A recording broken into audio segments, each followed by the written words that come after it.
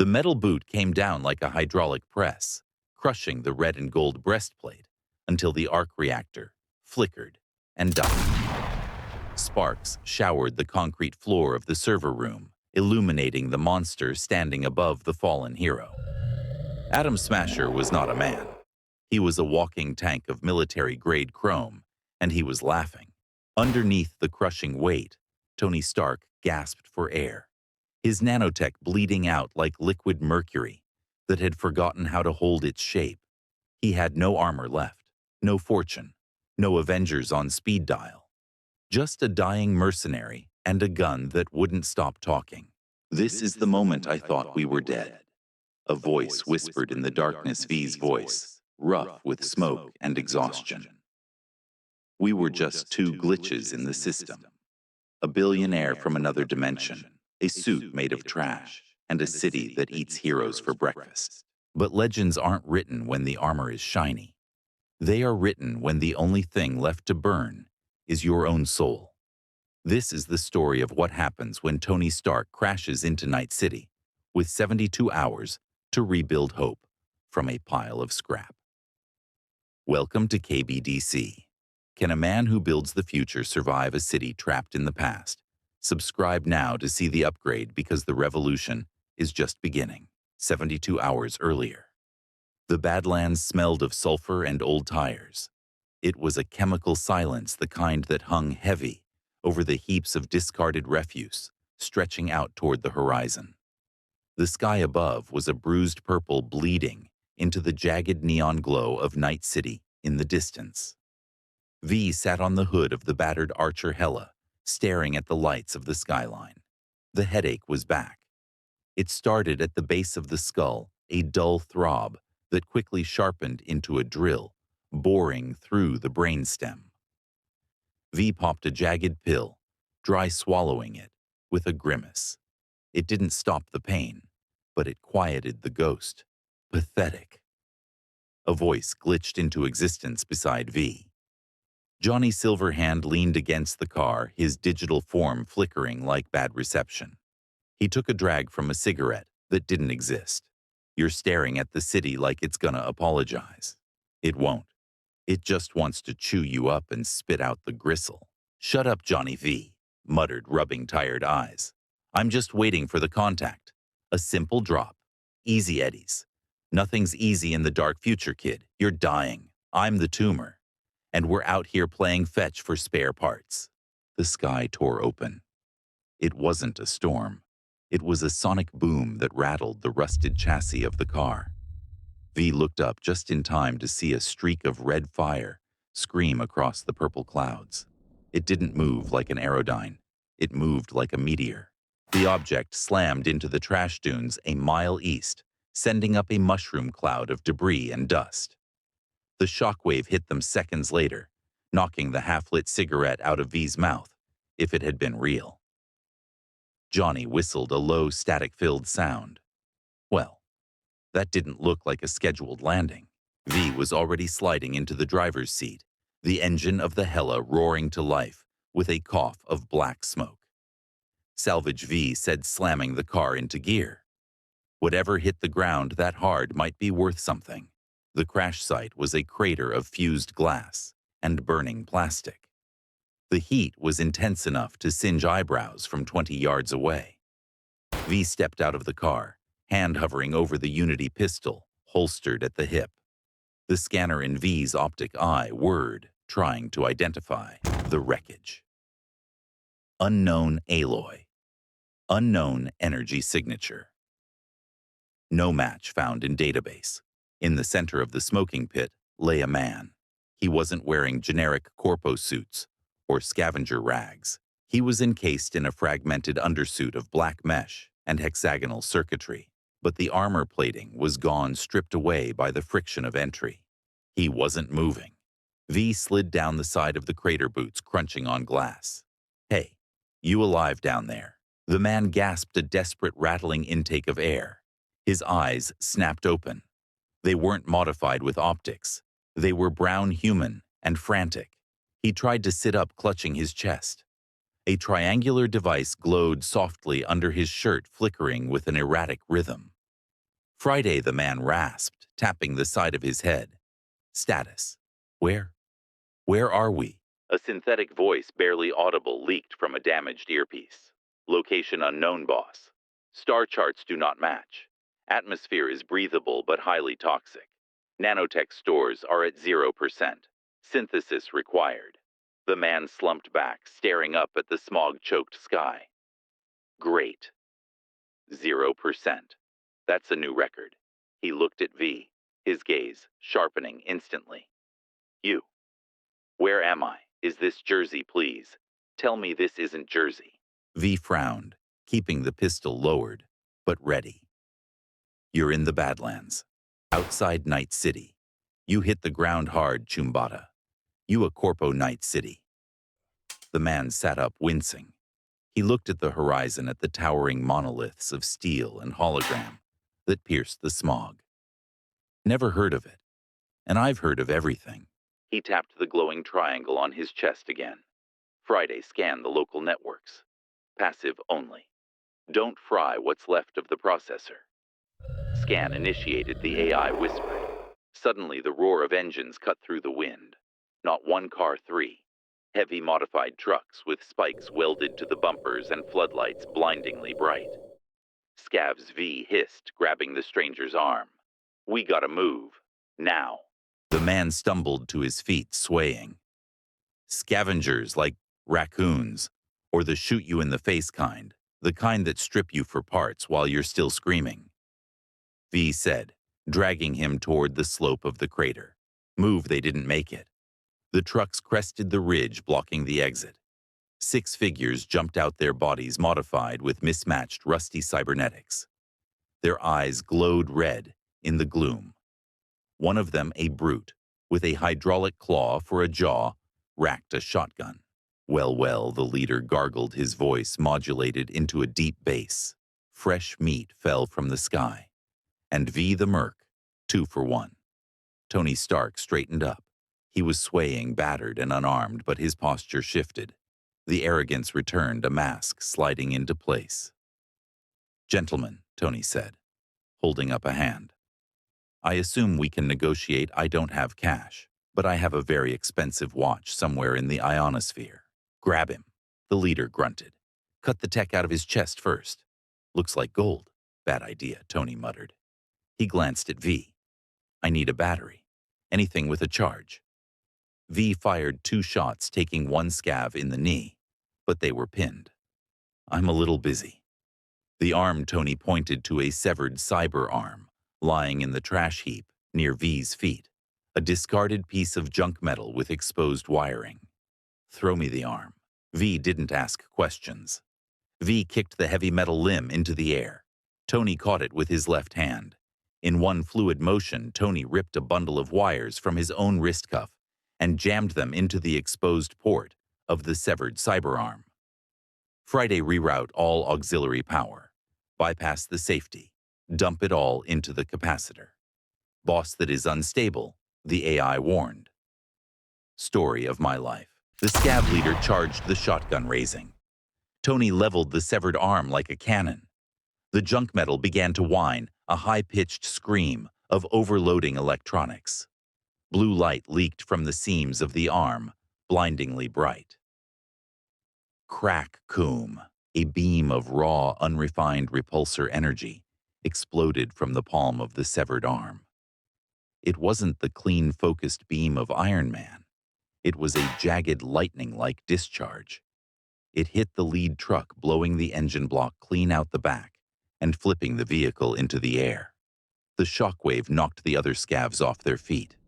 The severed arm in Tony's hand melted, instantly glowing red hot. He dropped it with a curse, shaking his singed fingers. Okay, Tony breathed, looking at the burning wreckage. That was a little louder than expected. V stared at him, eyes wide. You just turned trash into a cannon. I'm an engineer, Tony said, breathless. Now can we get out of here before they realize I'm out of ammo? The drive back to the city was tense. Tony sat in the passenger seat of the Hella, tinkering with a broken datapad he'd found in the glove box. Johnny Silverhand sat in the back, invisible to Tony, leaning forward between the seats. "He's dangerous," Johnny said, glaring at the back of Tony's head. "I don't like him. He smells like Arasaka Tower on a payday." "He saved our skins," V whispered. "Talking to yourself?" Tony asked, not looking up. "Or do you have a co-pilot I can't see?" V hesitated. "Something like that." Tony paused. He pulled a small pen-like scanner from his belt, miraculously intact, and pointed it at V. A fan of blue light swept over V's face. Tony froze. He looked at the readout, then at V, his expression shifting from curiosity to horror. "You have two neural signatures," Tony said softly, "overlapping, competing." "Tell him to mind his own business," Johnny growled. Tony tapped the scanner, his face pale. "This code, it's rewriting your neural pathways. It's aggressive. It's not just data, it's consciousness transfer. Who did this to you?" V gripped the steering wheel, knuckles white. "Arasaka. It's called the Relic. It's killing me." Tony looked out the window as they passed the massive holographic walls of Night City. He saw the advertisements live forever. "Secure your soul." The slogans of the Secure Your Soul program. "Soul Killer." Tony whispered the word, tasting like ash. They figured out how to digitize a human consciousness, and they're selling it. "They're storing it," V said. "Like files in a database. A prison called Mikoshi." Tony's jaw tightened. The playfulness was gone. This wasn't just another villain of the week. This was an industrial-scale violation of the one thing Tony believed was sacred: the mind. The self. "Great," Johnny said, appearing on the dashboard now. "Another corpo. They collect souls in bottles." V. "Just like Jackie. You think this guy cares? He's probably taking notes so he can patent it." V flinched at the name. Jackie. The memory of him bleeding out in the back of a Delamain cab hit V like a physical blow. The promise to make it to the big leagues. The chip slotting into V's head. The silence where a best friend's laugh used to be. "I don't want to be a legend," V said quietly, more to the road than to Tony. "I just want to live. Open a small food stall. Maybe in Japantown. Somewhere quiet." Tony watched V. He saw the tremor in the hands, the exhaustion in the posture. He saw a kid carrying the weight of the world and a ghost in the machine. "I can fix it," Tony said. V glanced over. "What, the chip, the relic?" Tony said, his voice firm. "I can't stop it yet, but I can analyze it. I can figure out how to untangle you from whoever is in the back seat. But I need a lab. I need tools. And I need raw materials." "I don't have a lab," V said. "I have a ripper doc who owes me a favor and a garage full of junk." Tony smiled, a sharp, dangerous smile. "Junk. I built my first suit in a cave with a box of scraps. If you can get me access to a soldering iron and a pile of Militech garbage, I can give you a fighting chance." They pulled into the alley behind Victor Vector's clinic. The rain had started to fall, an oily drizzle that coated everything in slick darkness. Inside the clinic, the air smelled of antiseptic and ozone. Victor, a burly man with kind eyes and cybernetic arms, looked from V to the stranger in the ruined mesh suit. Victor sighed. "You look like hell, and you brought a stray." "He's not a stray," V said, helping Tony sit on the operating chair. "He's a mechanic." Tony looked around the clinic. He picked up a pair of optical pliers, testing the weight. He looked at the monitors displaying V's degrading neural intricate web. He looked at the biomonitor showing the aggressive overwrite of the relic. Johnny materialized next to the chair, crossing his arms. "He's selling you a dream, V. I've seen guys like him. They promise the moon and deliver a crater." Tony looked right at the space where Johnny was standing, almost as if he could sense the electromagnetic disturbance. "I'm not selling a dream," Tony murmured, picking up a shard of scrap metal from a bin. He turned it over in his hands, his mind already racing, visualizing the schematics, the power flow, the architecture of survival. I'm engineering a solution. There's a difference. I need access to the city's subnet, Tony told V. And I need heavy plating. Titanium carb plasteel, whatever you can steal from a scrapyard. The nano units are dead. We're going to have to do this the old-fashioned way. V leaned against the doorframe, watching the billionaire genius dismantle a microwave, just to see the magnetron. For the first time in weeks, the crushing weight of the death sentence felt a milligram lighter. The old-fashioned way, V asked. Tony held up a coil of copper wire and a spark plug. His eyes reflected the neon blue of the clinic's screens. Yeah, Tony said. Welding torches, hammers, grease. We're going to build something that doesn't just survive this city, V. We're going to build something that breaks it. He looked at the pile of Militech scrap in the corner. I can work with this. The garage behind Victor's clinic had become a forge.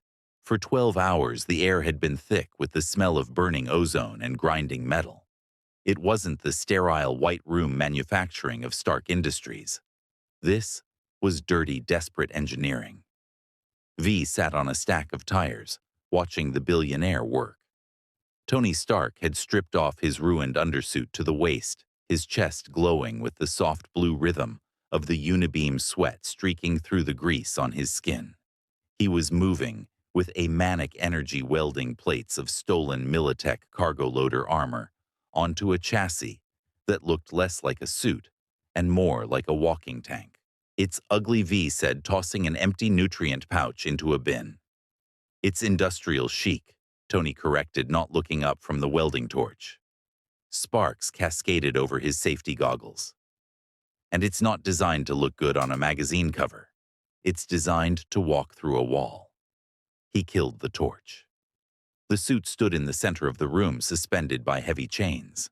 It was bulky, raw, and unpainted, a Frankenstein monster of mismatched steel hydraulic pistons and exposed cabling.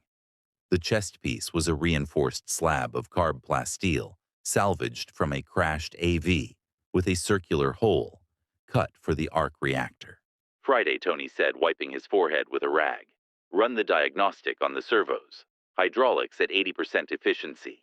The AI's voice chimed from a speaker rigged to the suit's collar. Response time is sluggish, boss. It is not the bleeding edge. It is the blunt instrument. Blunt works, Tony muttered. He walked over to a workbench where a small gun-shaped object lay disassembled. It was Skippy, the smart pistol V had found in an alley weeks ago. Tony picked up a micro-soldering iron. Now for the personality transplant. Hey, the gun chirped as Tony reconnected a wire. I was having a dream about a puppy. Why does my logic core feel like it just drank an espresso? I removed the pacifist inhibitions and updated your targeting algorithm, Tony said, snapping the casing back on. He tossed the gun to V. Try it. V caught the weapon.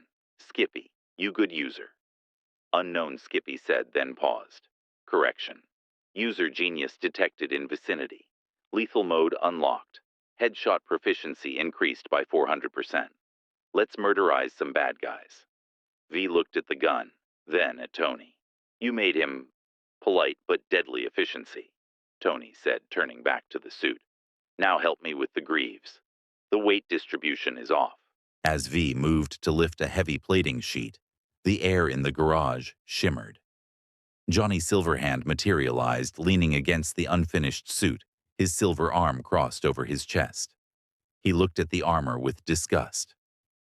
Look at it, Johnny, sneered, his voice echoing in V's head. He's building a coffin, V. A shiny metal coffin.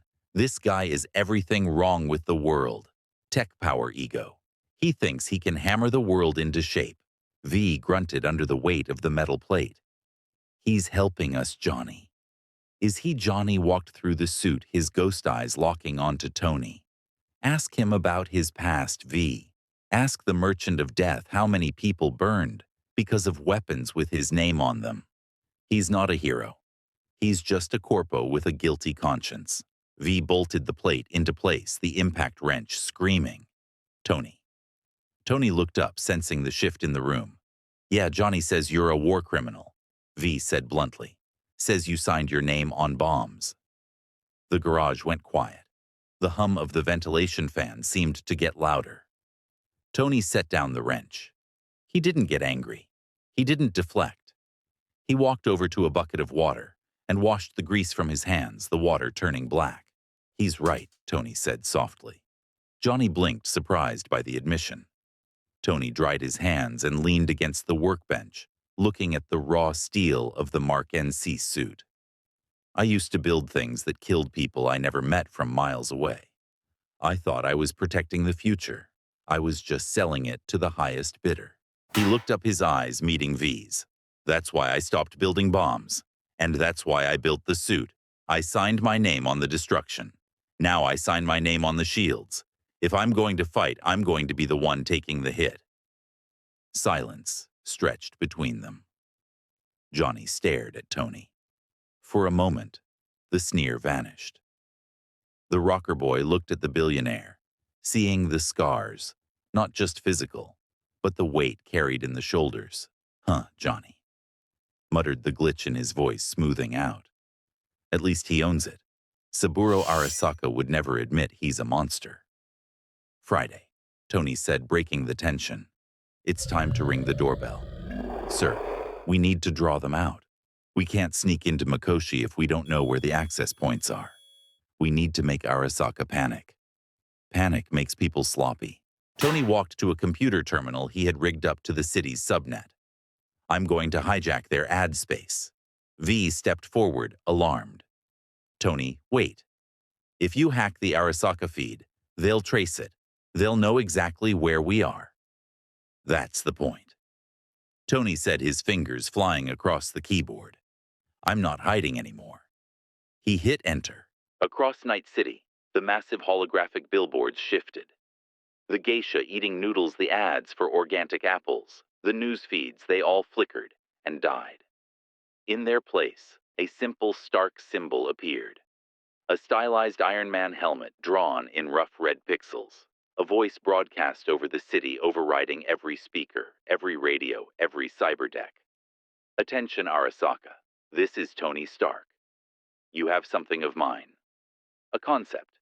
The idea that you can own a soul. I'm coming to delete your database.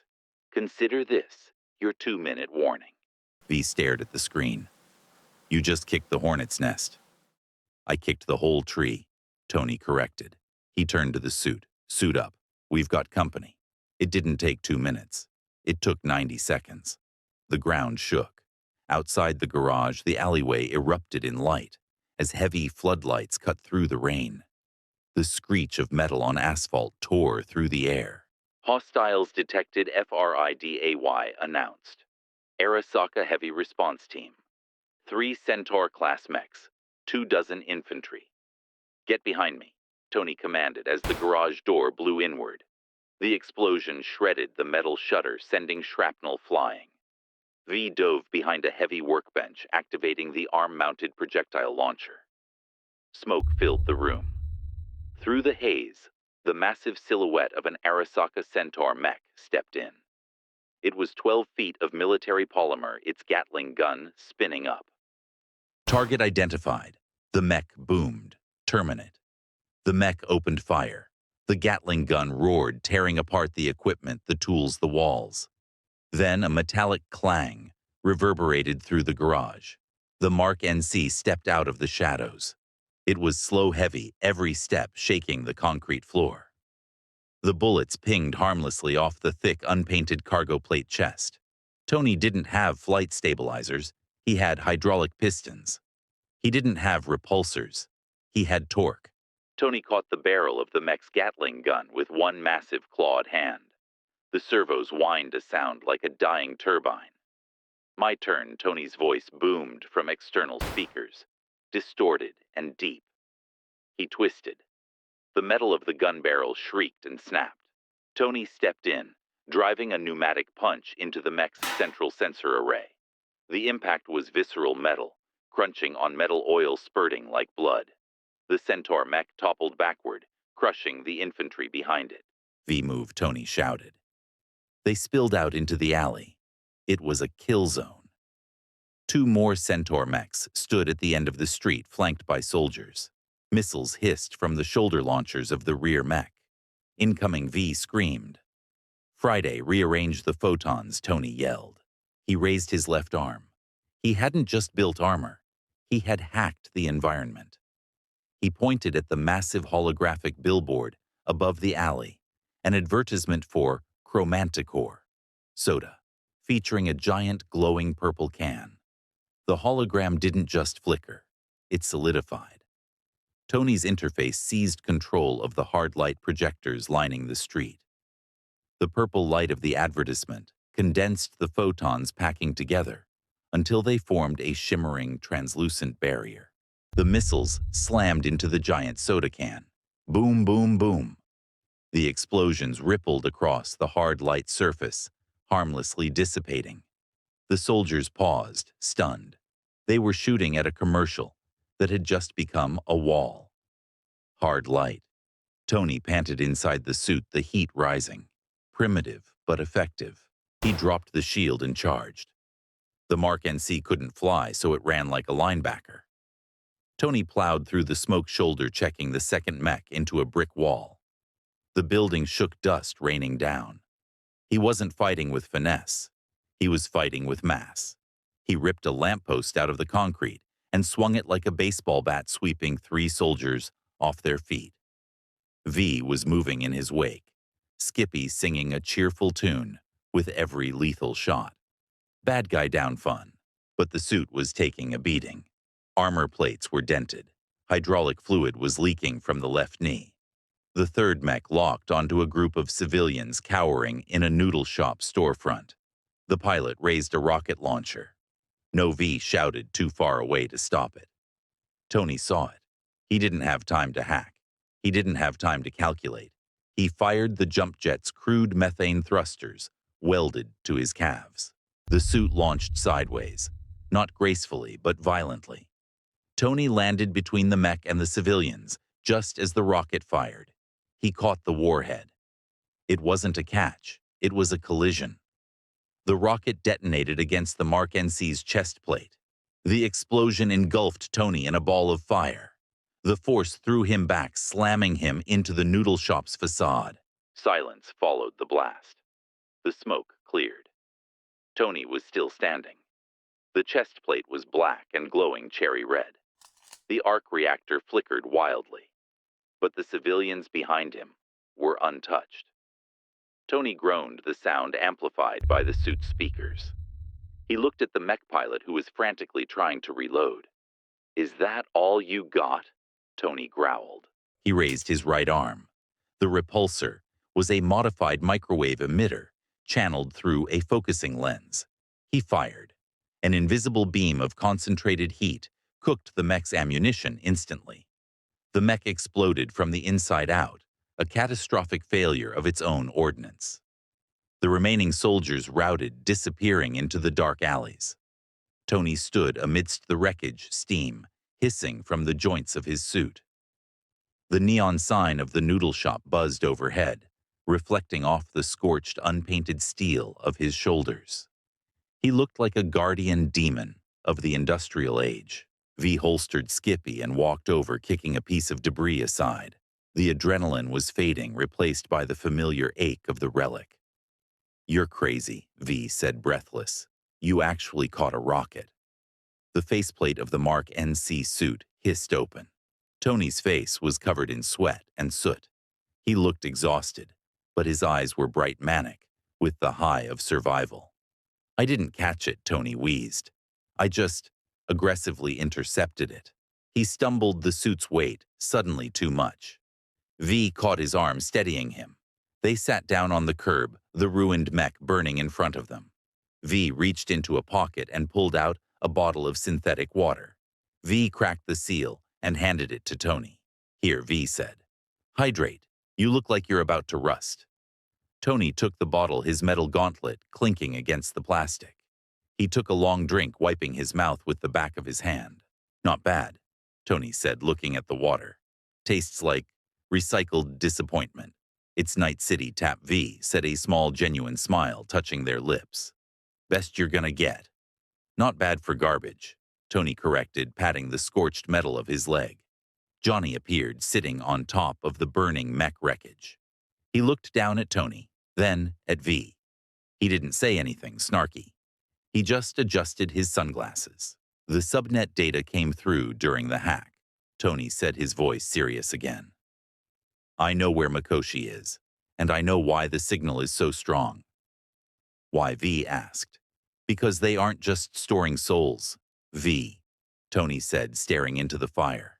They're trying to merge them. They're poking the Blackwall, and if they poke too hard, nothing is going to keep the monsters out. V looked up at the sky. The warning Tony had broadcast was gone, replaced by the flickering ads again. The city had already moved on. But the silence in the alley felt heavy. They had survived the first wave, but they had just told the devil exactly where to find them. The Arasaka Industrial Park was a fortress of silent concrete and sweeping searchlights nestled on the edge of the polluted waterfront. The rain here tasted like copper and oil. Tony Stark did not do stealth well. Not in this suit. Clang, hiss, thud. Every step of the Mark NC was a tectonic event. The hydraulic pistons hissed loudly with every compression, and the heavy cargo plating groaned against the wet asphalt. Your loud V whispered over the comms, crouching behind a stack of shipping containers 50 yards ahead. V moved like a shadow optical camo shimmering in the rain. I am currently driving a forklift that I turned into a tuxedo. Tony's voice crackled back, sounding annoyed. Stealth was not in the design specs. Durability was. Besides, if they hear me, they aren't looking at you. They were inside the perimeter. The target was Warehouse 7, the cooling hub for the local Arasaka subnet. If the data Tony intercepted was right, this was where the hardline connection to Mikoshi was physically grounded. V paused by a side door, hacking the keypad. The wire from V's personal link glowed red, then green. We're in, V murmured. Inside the warehouse was a cavern of humming servers and suspended walkways. It was dimly lit by red emergency strips. V crept forward, pistol raised. Skippy the smart gun hummed happily in V's grip. New location discovered.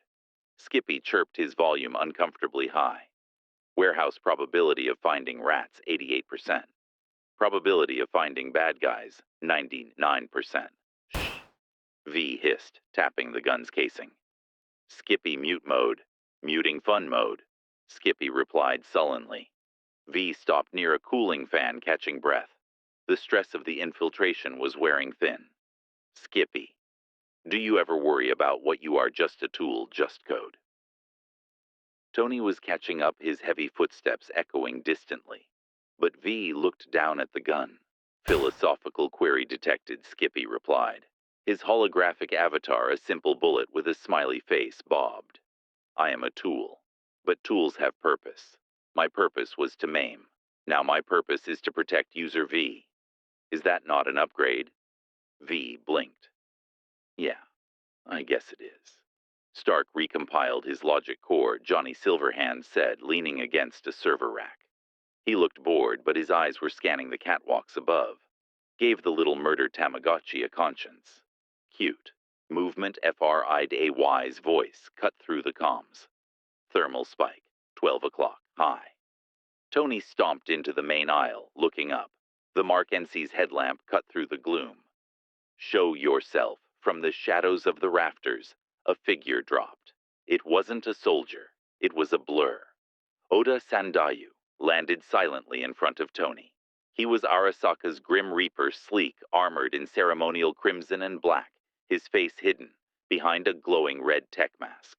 From his forearms, thermal mantis blades snapped open, glowing with a terrifying, searing white heat. Stark Oda said, his voice a digital rasp.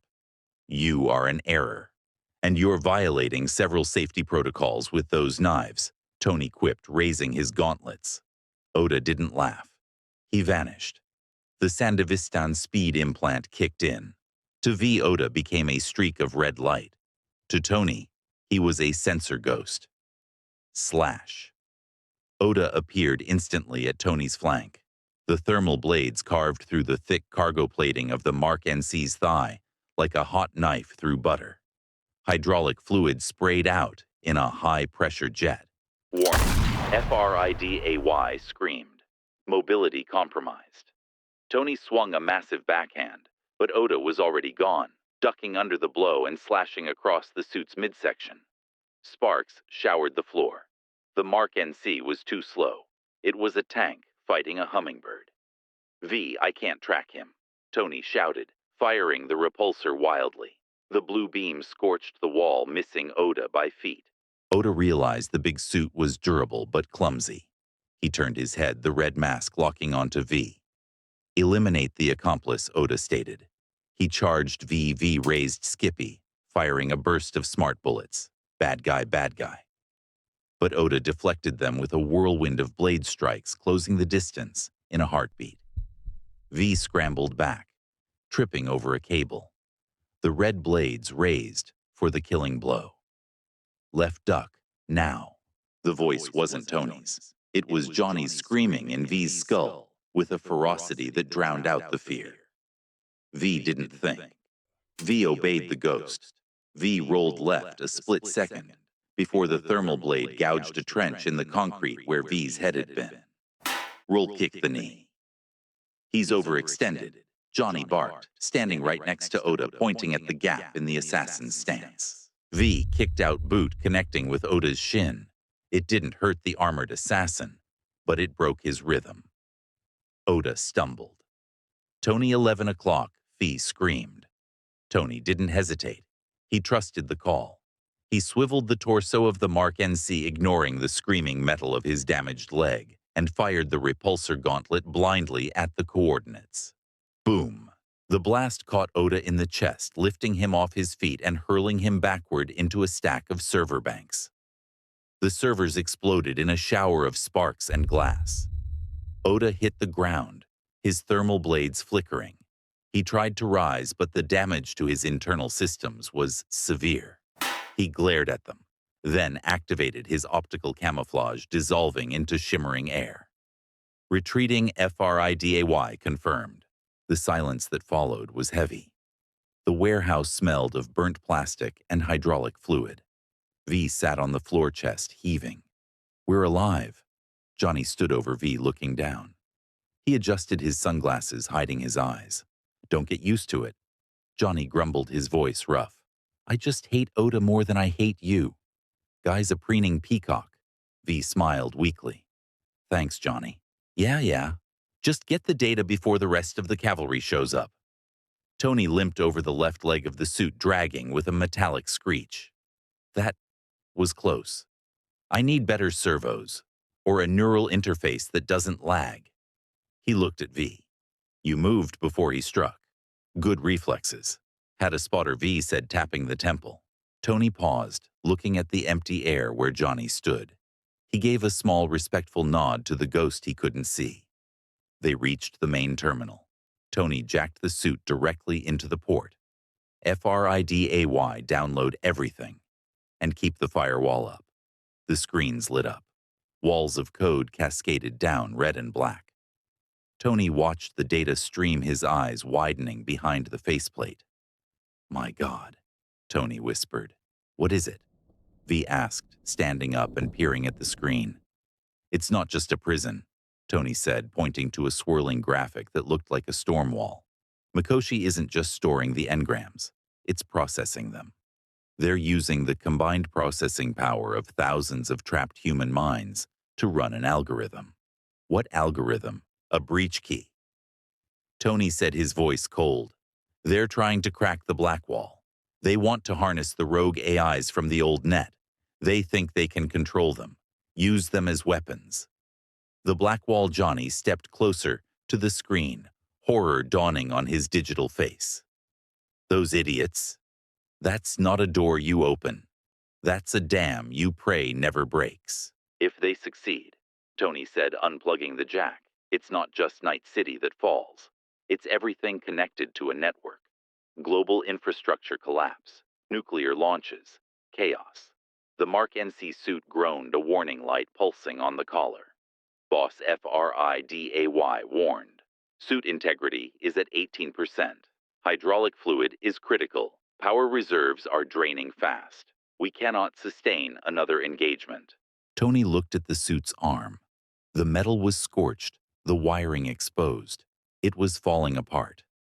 We can't go back to the garage, V said. They know where it is now, and we don't have time to build another one. Tony looked at the data drive in his hand. Then he looked at V. We aren't just breaking in to save a few souls anymore, Tony said. We're breaking the cycle. If we don't stop Smasher and shut down Mikoshi tonight, there won't be a tomorrow to worry about. He turned toward the exit, dragging the crippled leg.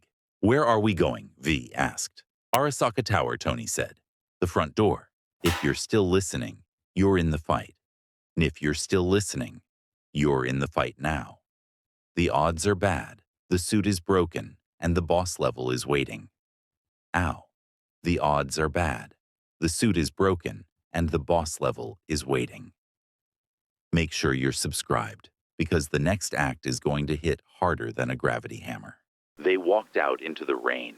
The Mark NC was leaking oil, leaving a dark trail on the wet concrete. It was a broken machine marching toward a war it couldn't win. But inside the helmet, Tony Stark wasn't calculating the odds anymore. He was calculating the cost.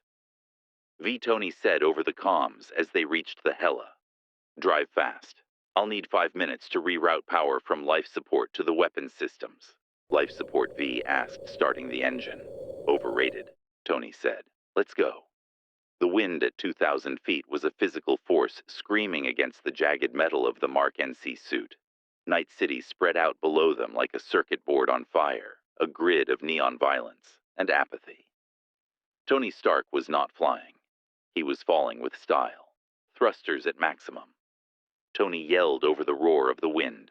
V, brace for impact.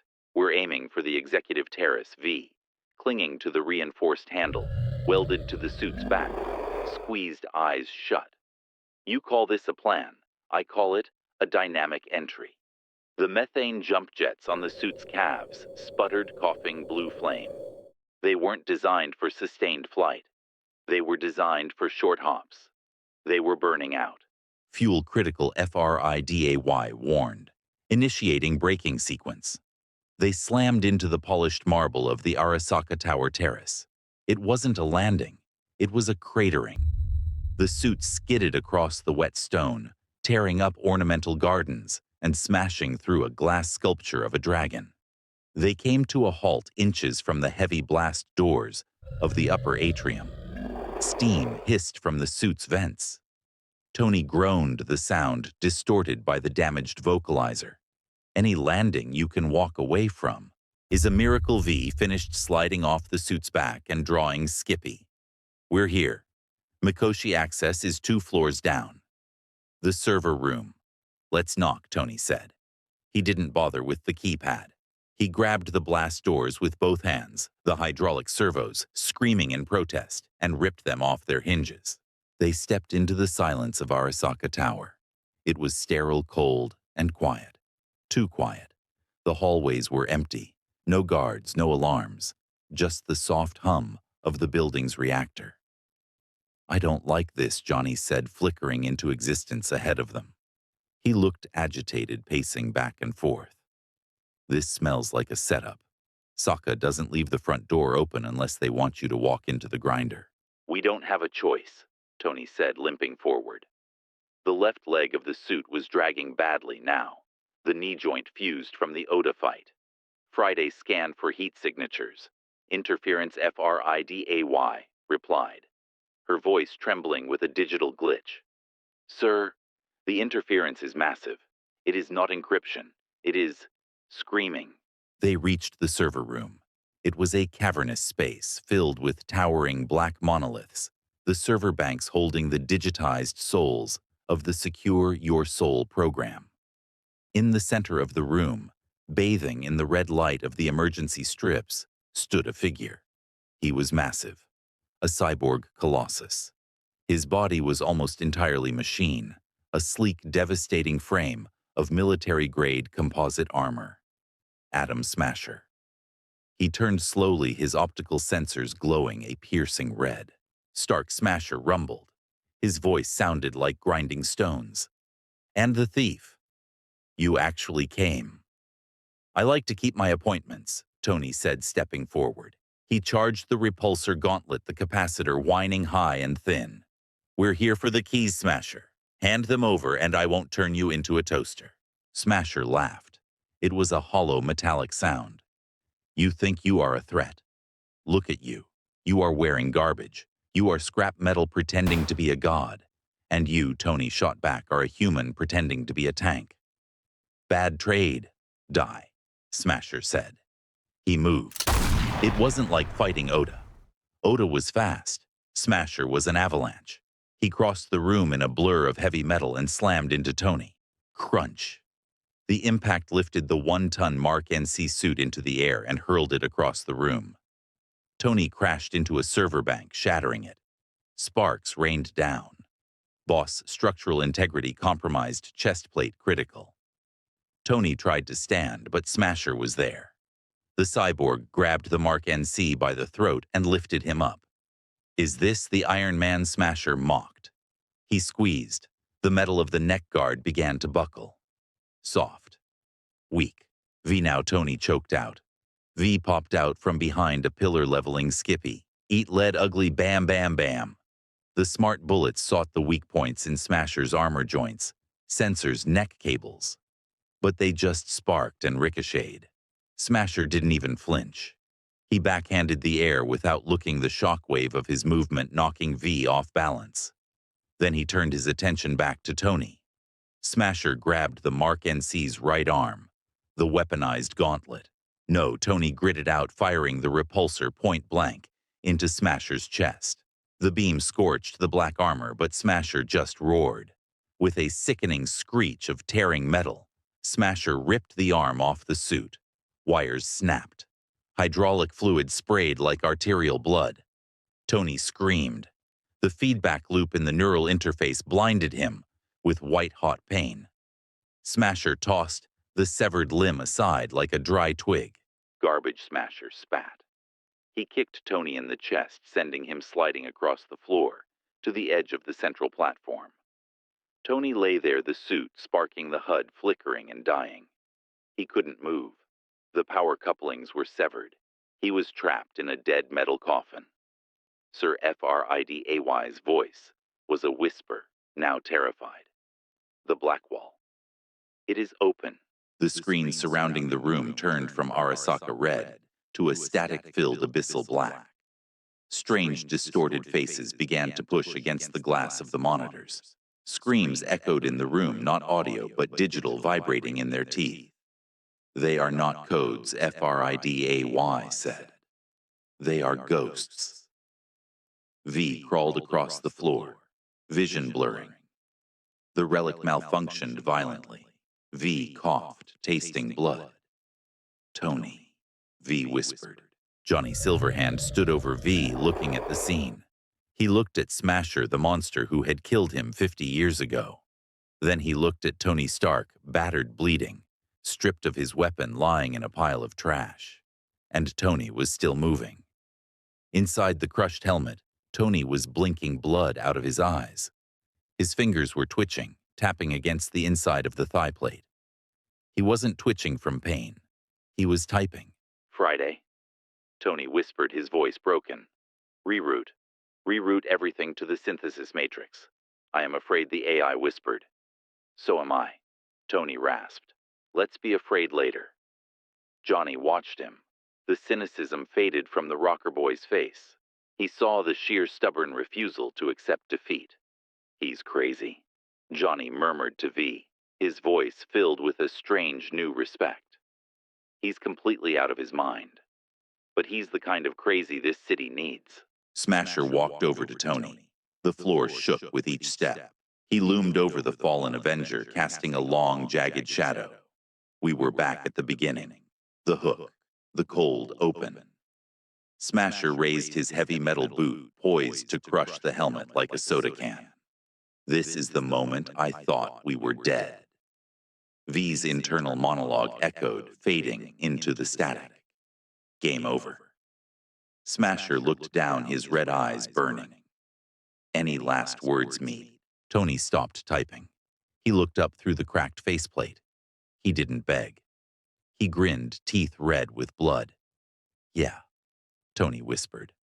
Update complete. What? Smasher paused. FRIDAY, Tony shouted. Show them what a real upgrade looks like.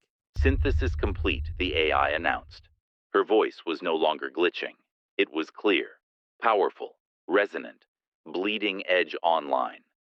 A sound like a thunderclap shattered the air. It wasn't an explosion of fire. It was an eruption of light. Gold light. Liquid metal poured out of the arc reactor on Tony's chest. It didn't move like machinery. It moved like living tissue, like golden blood. It flowed over the rusted, broken scrap of the Mark NC suit, consuming it, replacing it. It moved faster than thought. In the blink of an eye, the scrap metal was gone. Smasher stomped down. Clang. His boot didn't crush a helmet. It hit a surface that was harder than diamond. Tony caught the boot with one hand. His hand was no longer a welder's glove. It was sleek, streamlined, glowing with an internal golden energy. The armor formed around him, instantly red and gold, but sharper, fiercer, pulsing with nanotechnology that adapted in real time. Smasher's eyes widened. Nanotech impossible. Tony pushed. With a casual flick of his wrist, he threw the 2-ton cyborg backward across the room. Tony stood up. The Mark NC was gone. The Iron Man was back. But this wasn't the suit he had arrived in. This was something new. Something born from the desperation of Night City and the genius of a man who refused to rust. The bleeding edge armor hummed, floating inches off the ground.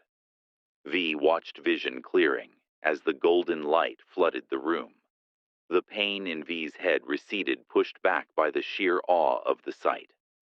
Tony turned to Smasher, the faceplate snapping shut with a crisp, perfect seal. The eyes of the suit glowed a brilliant, piercing blue. You broke my toy, Tony said, his voice amplified, smooth, and terrifyingly calm. Now I'm going to break yours. The room didn't just smell of ozone anymore. It smelled of the future. Atom Smasher roared a sound of pure mechanical rage and unleashed his full arsenal. Shoulder-mounted rocket pods opened micro-missiles, shrieking across the server room. The heavy projectile cannon on his arm spun up, spitting depleted uranium rounds at 3,000 rounds per minute. It was enough firepower to level a city block. Tony Stark didn't dodge. He floated forward. The bleeding-edge armor didn't behave like metal. It behaved like water. As the bullets struck, the gold and red surface rippled, absorbing the kinetic energy and redistributing it instantly. The missiles impacted, blossoming into fire, but as the smoke cleared, Tony was already emerging, the armor re-knitting itself over his chest in a seamless flow of nanotechnology. Hardware. Tony's voice echoed calm and terrifyingly clear. It's so limited. You're fighting with gears and grease, Smasher. I'm fighting with math. Smasher charged, engaging his Sandevistan. He was a blur of chrome, aiming a piledriver punch at Tony's head. Tony didn't block. The nanosuit simply shifted. The helmet dissolved and reformed inches to the left, letting Smasher's fist punch through empty air. Before Smasher could recover, Tony's arm liquefied and hardened into a dense, spiked mace. Crack. The counterstrike hit Smasher in the optical sensor array. The cyborg stumbled back, metal crunching. Impossible. Smasher snarled, his targeting systems glitching. You are soft. You are meat. I'm an idea. Tony corrected. He raised both hands. And ideas are bulletproof. Friday multitasking protocol. Keep the suit on autopilot for combat. I need to focus on the code. Route confirmed, boss. The AI replied, isolating the soul killer demon. Tony began to fight 2 battles at once. Physically, he was dismantling the most dangerous solo in Night City. He ducked under a thermal blade, his own thrusters flaring to deliver a supersonic uppercut that lifted Smasher off the floor. Digitally, his eyes were darting across a HUD. Only he could see, rewriting the architecture of the Arasaka mainframe. Protocol Omega. Tony shouted, blasting Smasher with a unibeam that melted the cyborg's chest plating. Override the admin privileges. I want those servers unlocked. V watched from behind the shattered pillar, mesmerized. It wasn't a fight. It was an exorcism. The clumsy, desperate struggle of the last few days was gone. This was the Avenger. This was the level of power that stared down gods. He's not just hitting him. Johnny's ghost whispered, standing next to V. The rocker boy took off his sunglasses, his digital eyes wide. He's rewriting him. Smasher, realizing he was outmatched in brute force, tried to scramble toward the main server bank. If I go down, the souls go with me. I will purge the drive. No, Tony said. The armor shifted again. The nanoparticles detached from Tony's back, swarming into the air like a cloud of golden dust. They didn't attack Smasher. They connected to the server ports. Friday interface with the Mikoshi data. Projected. External speakers. Hollow emitters at maximum. Projecting FRIDAY said. The room changed. The red emergency lights were drowned out by a soft blue luminescence. The nanotech particles suspended in the air began to form shapes, faces, bodies. They were the engrams, the stolen souls of Mikoshi. Hundreds of them filled the room, ghostly, translucent figures standing in the air. Men in suits, netrunners in jumpsuits, punks, mothers, thieves. They weren't just static images. They were memories looping in the space between the combatants. Smasher froze. He was surrounded by the people he had killed. What is this? Smasher bellowed, swiping at a hologram of a young woman. His claw passed through her. It's your legacy, Tony said, stepping through the crowd of ghosts. You collected them like trophies.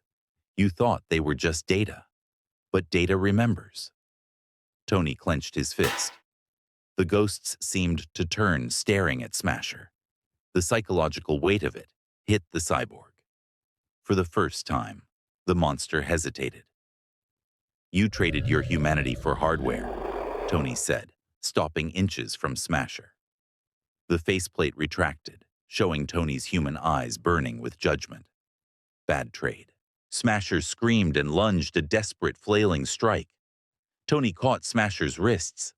The nanosuit flowed over Smasher's arms, binding them, fusing the joints. Disassemble, Tony commanded. The suit obeyed. The nanobots ate into Smasher's cybernetics, locating the release, latches, the power couplings, the bolts.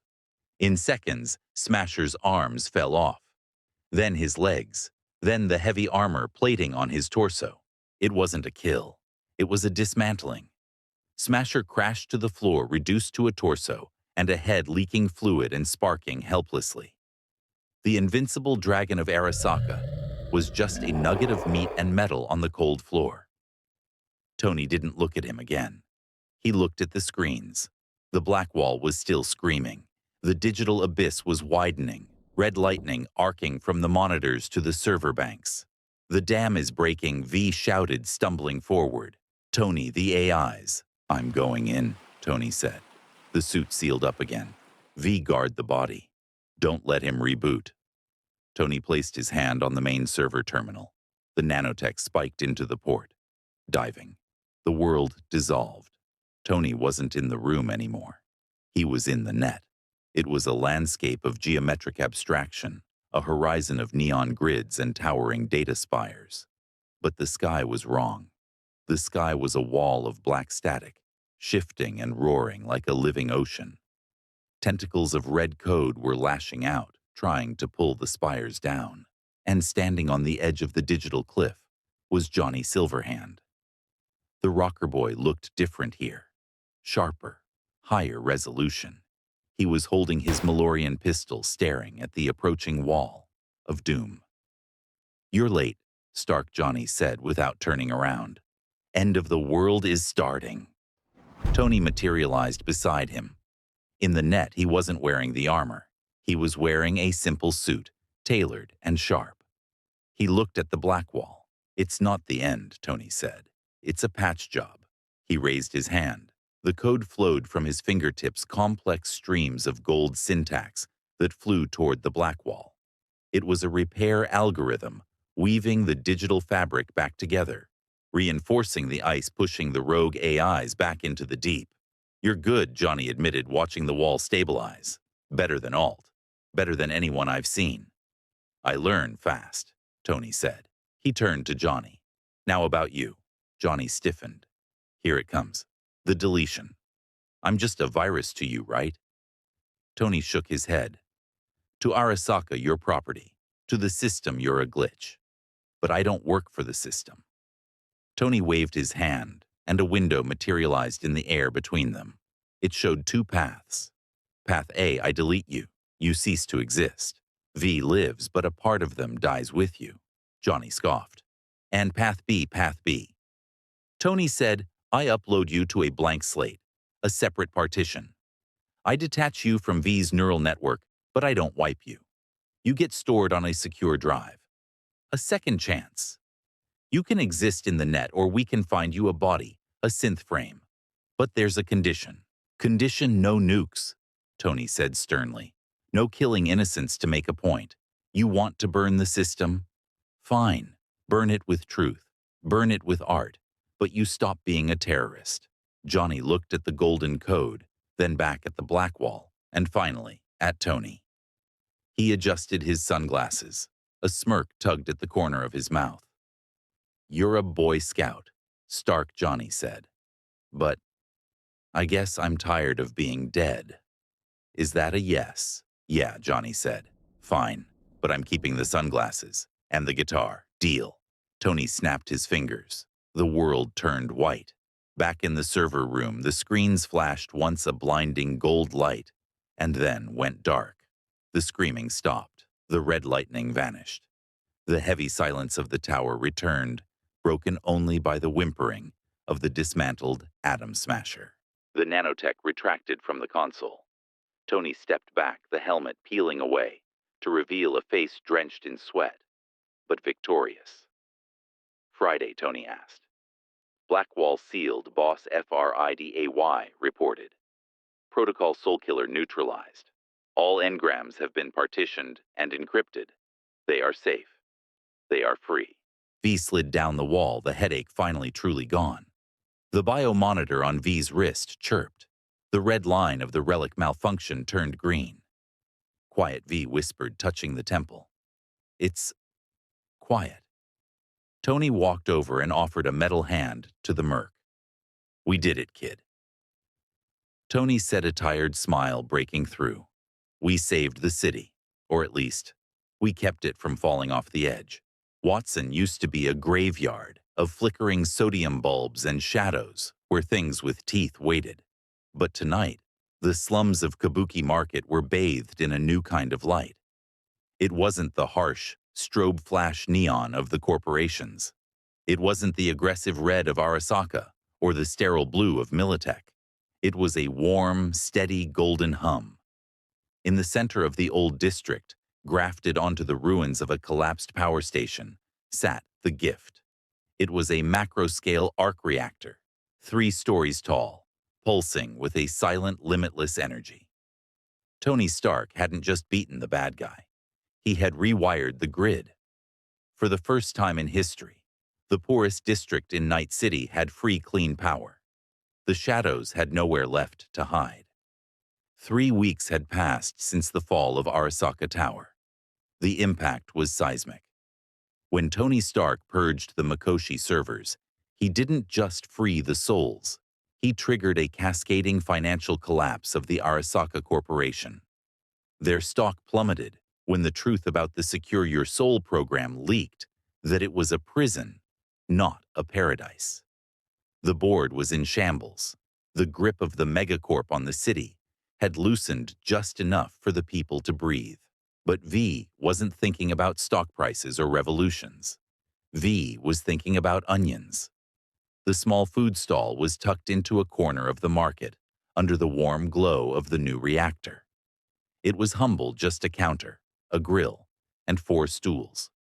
The sign above the counter was hand-painted, "The Afterlife Grill." V chopped vegetables with a rhythm that had nothing to do with combat. There was no relic malfunction, no glitch in the vision, no blood coughing into the sink. Just the smell of frying garlic and the sizzle of synthetic meat. "Order up," V called out, sliding a plate across the counter. A customer, an old woman with a cybernetic eye, took the plate with a smile. "Bless you, V. It smells real." "It's the spices," V said, wiping hands on a rag. "Trade secret." The stool at the far end of the counter spun around. A figure sat there tuning an acoustic guitar.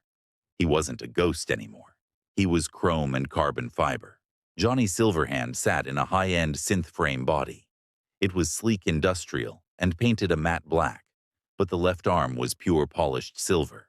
He wore his signature aviators and a leather vest that looked suspiciously like the one he wore in 2023. "You're using too much paprika," Johnny drawled, strumming a chord. The sound was crisp acoustic analog. "Ruins the texture." V laughed. It was a genuine sound, light and unburdened. "You don't even have taste buds, Johnny. You have chemical sensors." "I have refined chemical sensors," Johnny corrected, looking over his sunglasses. "And I'm telling you, the rebellious spirit of the dish is being stifled by the spice." V shook their head, leaning on the counter. "You know, for a guy who wanted to burn the city down, you look pretty comfortable sitting in it." Johnny stopped playing. He looked out at the market, at the kids playing soccer under the arc reactor's light, at the lack of scavengers in the alley. "I didn't want to burn the people," Johnny said softly. "Just the cages they lived in. And, well, the cage is a little bigger now." A low hum different from the reactor descended from the sky. The wind picked up, scattering napkins across the counter. The crowd in the market parted, looking up in awe. The bleeding edge armor floated down, silent as a thought. It didn't slam into the ground this time. It touched down with the grace of a feather. The nanotech retracted, flowing back into the housing unit on the chest of the man standing there. Tony Stark looked better. The bruises had faded. He was wearing a sharp suit again, though he had traded the dress shoes for heavy combat boots, a concession to the Night City streets. "Smells good," Tony said, walking up to the stall. "Is that shawarma? Please tell me you figured out the shawarma recipe. I've been craving it since New York." "Synthetic beef wrap," V said, grinning. "But I can add extra hot sauce. I'll take 2. Tony said, sitting on the stool next to Johnny. Tony looked at Johnny's new mechanical body. The synth frame holding up no rejection issues. "It's decent," Johnny grunted, inspecting his silver hand, a little stiff in the knuckles. "And I still think you put a limiter on the volume output of my vocalizer." "I did," Tony admitted shamelessly. "You're welcome, humanity." V plated the wraps and set them down. Tony took a bite, closing his eyes. "Not bad," Tony chewed thoughtfully. "A little heavy on the paprika, but I respect the boldness." "Told you," Johnny muttered. Tony swiveled on the stool to face V. The playfulness in his eyes dimmed, replaced by a warm seriousness. "My ride is here," Tony said. "Friday finally cracked the dimensional frequency. We found the way back. Pepper and Morgan are probably freaking out." V felt a pang of sadness, but it was the good kind, the kind that comes from knowing you're going to miss a friend. "You're leaving?" V asked. "Got a world of my own to save," Tony said. "But I'm leaving the lights on for you. The reactor runs on a self-sustaining isotope loop. It'll outlast Arasaka. It'll outlast all of us." "You did more than that," V said, gesturing to the peaceful market. "You gave us a second chance. You reset the game." Tony stood up, brushing crumbs from his jacket. He looked at the city skyline, the towering mega-buildings that still loomed in the distance. They were still there, still dangerous, but they didn't look invincible anymore. You know, Tony said when I first crashed here, I thought this place was a scrapyard. Just metal and bad attitude. Johnny stood up too, slinging the guitar over his back. And now Tony smiled. Now I see what it really is. It's a forge. It breaks you down to see what you're actually made of. He looked at Johnny, the former terrorist turned guardian. He looked at V, the dying merc turned chef. Night City is chrome, Johnny said, repeating the old adage of the street. Yeah, Tony nodded, tapping the arc reactor on his chest. But chrome rusts. Character doesn't. FRIDAY's voice chimed from the suit. Boss, the Einstein-Rosen bridge is stabilizing. We have a 3-minute window. Time to fly, Tony said. He stepped back. The bleeding edge armor flowed out, encasing him in the red and gold skin of the Iron Man. The faceplate snapped shut. Tony's voice amplified. If you ever invent a better recipe, signal me across the multiverse. I'll come running. Goodbye, Tony Phi whispered. With a sonic boom that rattled the pans on the grill, Iron Man shot into the sky. He climbed higher and higher, a streak of gold fire against the smog, until he vanished into a sudden swirling rift of blue energy in the upper atmosphere. The rift closed. The sky was empty again, but the light in the market remained. V stood there for a long moment, watching the spot where he had disappeared. Johnny leaned against the counter, picking at his guitar again. He was a show-off, Johnny said, but there was no bite in it. He was a hero, V corrected. Maybe Johnny shrugged, but he was right about one thing. What's that? Johnny pointed to the sign above the stall. The paprika. V laughed, grabbing a towel to wipe down the counter. Shut up and play something, Silverhand. Customers are waiting. Johnny smiled, a real smile on a face made of metal, but animated by a soul that was finally free. He struck a chord, a major key, bright and hopeful. V's voiceover. We thought he was just another suit, another rich tourist crashing into our nightmare. The camera pans up away from the stall rising above the market. We see the golden glow of the arc reactor pushing back the darkness of Watson. We see the streets filled with people who aren't looking over their shoulders. But he didn't give us weapons. He didn't give us eddies. He gave us a choice. The shot widens to show the whole of Night City. The Arasaka Tower still stands dark and scarred, but the slums are shining brighter than the corporate peaks. The city is still tough. The core are still hungry. But for the first time in a long time, the future looks bright. Tony left a light on in Night City, but there are a million other dark timelines out there waiting for a fix. Which universe needs an arc reactor next? Gotham, the Wasteland. Drop your vote in the comments below. Building the future is hard. Burning it is easy. Choose wisely. And if you want to see the next revolution, make sure you're subscribed.